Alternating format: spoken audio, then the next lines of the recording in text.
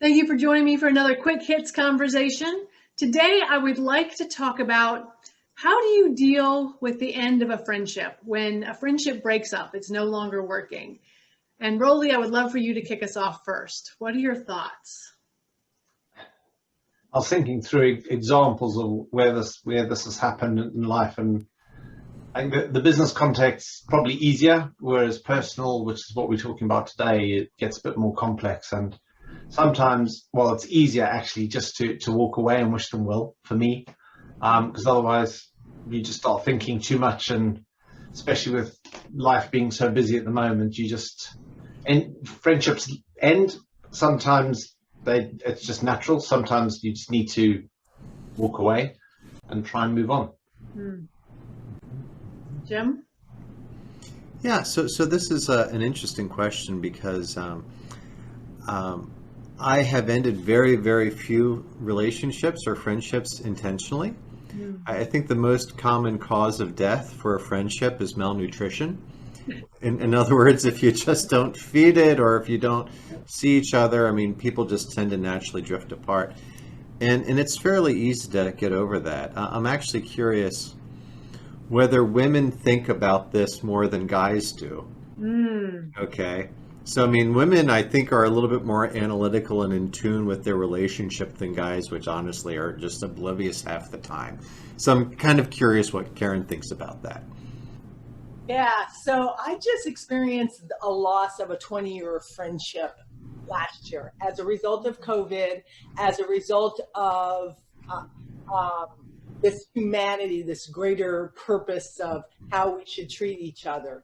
And for me, and I don't know whether it's because of my race or because of my gender, as you mentioned a minute ago, or because I grew up in a military family, this is how I treat friendships: open or closed. And it's that simple. And so, but in this case, what I will say is this one has haunted me a little bit in the fact that this was somebody who knew my inside, every last little everything about me. Yeah, you're close. And so, like, as BFF as you can get. And for me, the reason I say that it's really easy for me to open or close, whether it's a personal, professional, intimate, is because the signs are usually there long before you get to the point of actually taking the action or not taking the action, just by letting the friendship drift away. And so the reason why this one has haunted me a little bit is because this was an individual who was very hot. Humanity was very important to her.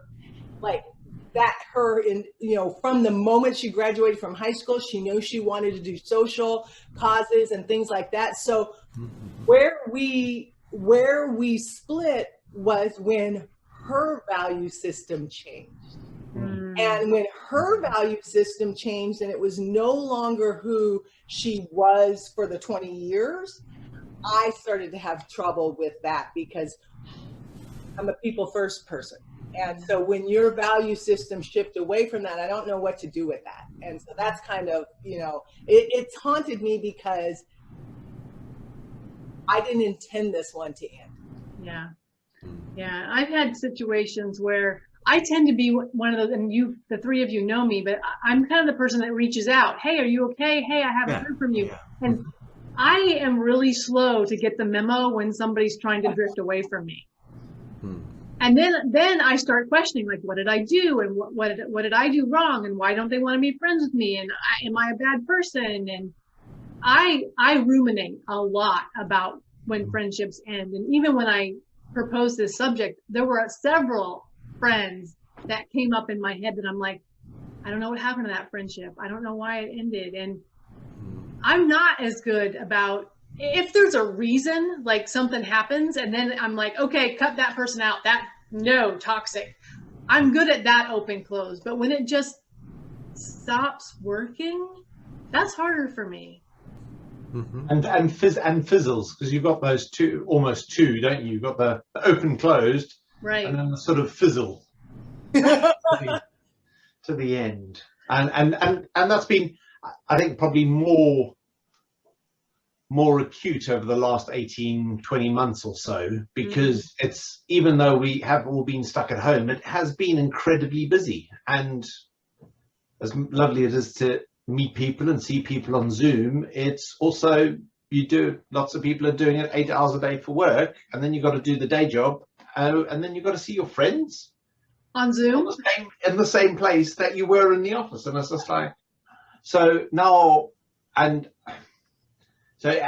also has that dynamic of actually being in person changed. In the UK, it's recently opened up that we can start seeing people face to face. And that's a change too, because now now I've got to focus on someone, and there's all this cacophony of all this noise around me, and it's probably slightly different in the US. So it takes a lot of input and work on both sides to make it work. And so I think sometimes, sadly, it's too much like hard work, and it's actually you putting too much in. No, it's honest. You're just putting so much effort in, and maybe you're not getting that back, and that's why things fizzle out, to close that circle. So would it be better though? I mean, it would be, let me rephrase this. That's not a question. I'm going to make a statement. It would be better for me if someone just said to me, it's not working, Robyn. I love you, but it's not working. Or I don't love you and it's not working. Just tell me so I stop emailing you. Because like I said, I don't get the memo very quickly when someone, especially if someone ghosts me. If someone just ghosts me, I'm like, what happened? Like that's tough. And I think the ghosting is happening a lot more. So my wife has a book club, and they get together every month, and one of her friends in the book club just kind of ghosted them with like no response, no emails. We have no idea why, what happened, and then we had to look up like what is ghosting, and this was it. And I think it's more common among slightly younger generations. Yeah. Like meaning millennial below. And I've even seen ghosting for job interviews, like where people just don't show up because they're not interested. It's not relevant. There you go. And, previously that was a big no-no. Yeah. I mean, I've literally gone on people's social media just to make sure they weren't dead. Yeah. And I don't that doesn't seem, that's icky. Yeah. Yeah, and I think about this particular friend of mine. The reason that for me it stands out so much is because normally I couldn't give a shit, right? But because the signs are there, right? I mean, like the effort and all of that stuff that you guys are talking about, the signs are there that the relationship is fizzling. But the signs were there, but it kind of was, she just ghosted me.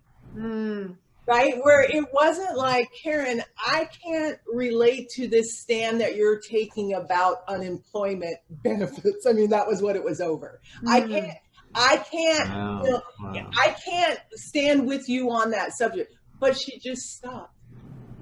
So there's the other side of me that's kind of like you, Robyn, who says, and this is probably where the gender side comes in, where you kind of try that, well, was it this, was it that, was it this, was it that?